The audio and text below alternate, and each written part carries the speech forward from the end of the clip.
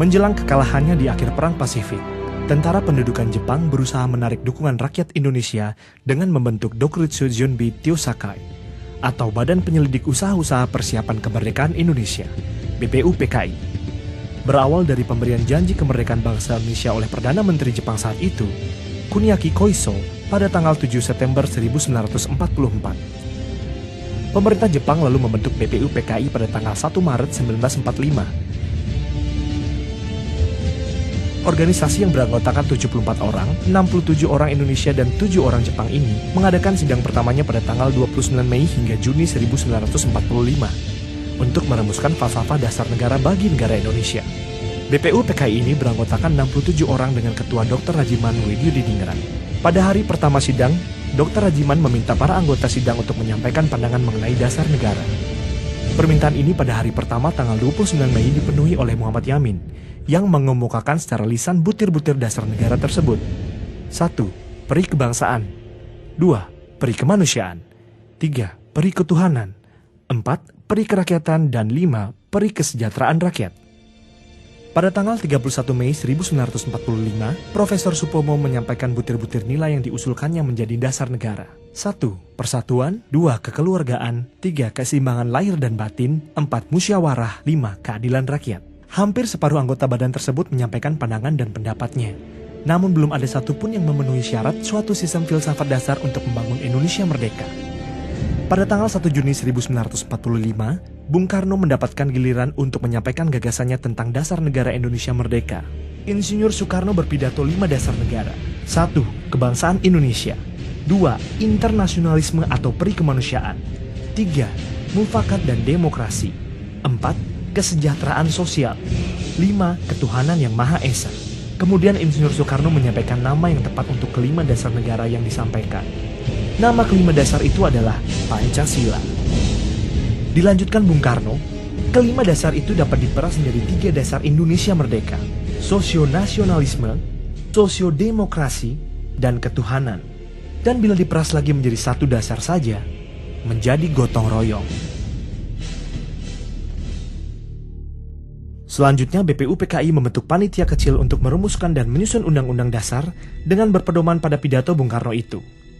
Dibentuklah panitia kecil yang terdiri dari 8 orang, yang diketuai oleh Insinyur Soekarno, dan anggota-anggotanya adalah Muhammad Hatta, Sutarjo Karto Hadikusumo, Wahid Hasyim, Ki Bagus Hadikusumo, Otto Iskandar Dinata, Muhammad Yamin, dan A.A. Maramis.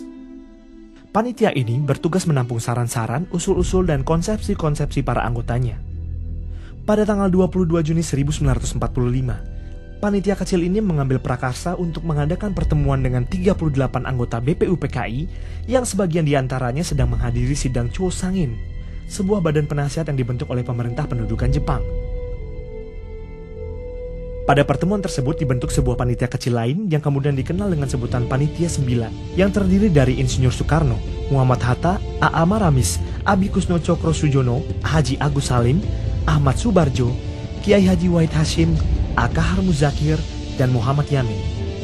Panitia 9 dibentuk untuk mencari modus antara apa yang disebut golongan Islam dengan apa yang disebut golongan kebangsaan mengenai soal agama dan negara.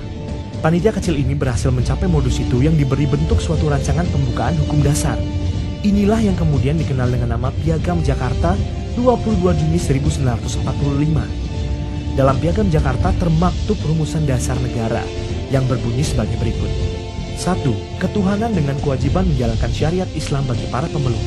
2. Kemanusiaan yang adil dan beradab. 3.